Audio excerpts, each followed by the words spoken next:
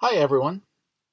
For some of us, this may be our second or even third week of staying in our houses. You may be feeling frustrated or cooped up. For me, part of the strangeness has been that it has been so sunny and warm some days this week, and crocuses are blooming and other things are sprouting, seeing signs of life and renewal and spring everywhere, and yet, seeing also causes for worry.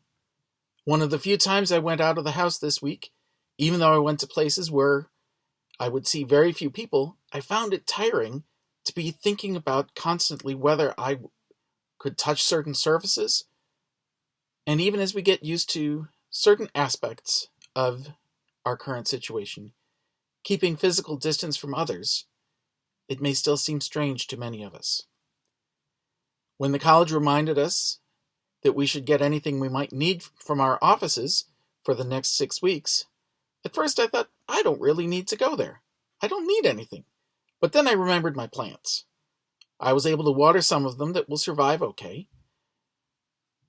But if I'm gone for a while, I decided I'd better bring home the plant that I've had for, well, over 30 years since my first day at college.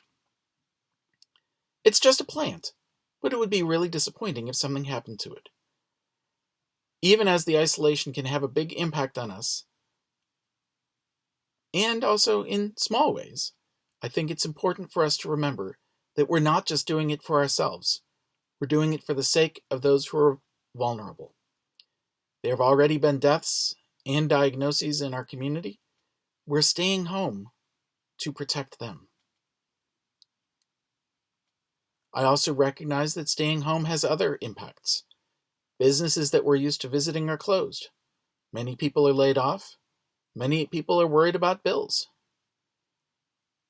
Some people in our country are even saying that the economy is in such danger that it's important to reopen businesses as soon as possible, even if it puts more people in danger. I will let others talk about the economy and what steps to take, but for myself, I plan to follow the guidance of health professionals who encourage us to keep in isolation. I'm more concerned for those who are out of work and for small business than about what happens to the stock market. But I know that the government and local leaders are making plans to offer assistance. I find it mind-boggling, though, that people would say that the stock market is more important than caring for those who are sick and at risk. Even with all of these concerns, I know that individuals and communities across the nation are finding ways to support each other, and I hope that when this is all over, we can remember that part. One of my neighbors turned the little free library in their front yard into a mini food pantry. I heard of a convent that has opened their dorms for homeless people who have tested positive and need to remain isolated. And I know that college professors and teachers across the country are going way out of their comfort zones to teach online and are also finding ways to interact and support their students. I've seen children leaving chalk messages of hope for their neighbors. And as I've spoken with some of you this week, I've heard how some of you are also reaching out to each other and to neighbors and family by phone. I find great hope in these things. Even though church buildings and schools and other places are closed, that does not mean that ministry and community and relationships have stopped. We just have to find creative ways to reach out. Our narrative lectionary readings this week are from Mark 13, 1-8 and 24-37. It describes people asking Jesus when God will act, when will the world end? And Jesus reminds them that no one knows when the time will come. And if people act like they know, they're lying. The important part is to be ready and to be faithful. The Revised Common Lectionary that we've used in other years this week has the readings about the story of Lazarus, a poignant story in this time when a lot of us are facing fear and many around the world have already lost loved ones to the pandemic. It can seem like a cruel joke to read of the raising of Lazarus when many are grieving. There are no simple answers, and we don't know how things will turn out, and that sometimes makes things harder. As I've said before, I believe that God is with us and that God grieves with us.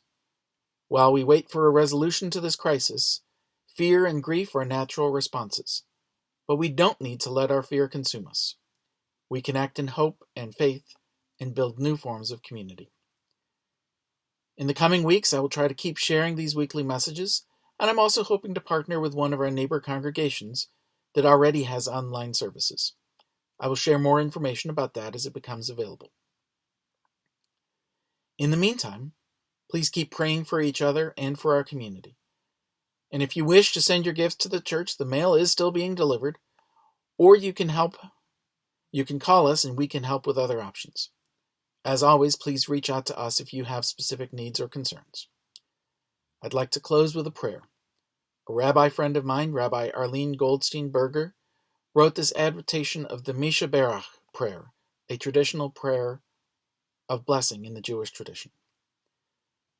May the one who blessed our ancestors bless all of us as we transition from a time of illness and fear to health, from a time of despair to a time filled with blessings of wholeness and happiness. Bless us with the inspiration of the role models from our heritage. From Abraham, the ability to get up and go to places unknown because of one's faith. From Sarah, the ability to receive the gifts of life after she had lost all hope. From Isaac, the consciousness of love in and for others. From Rebecca, the ability to make difficult decisions. From Jacob, the awareness of when to flee and when to stay and fight. From Leah, the ability to experience life with dignity. From Rachel, the existence of patience and ingenuity.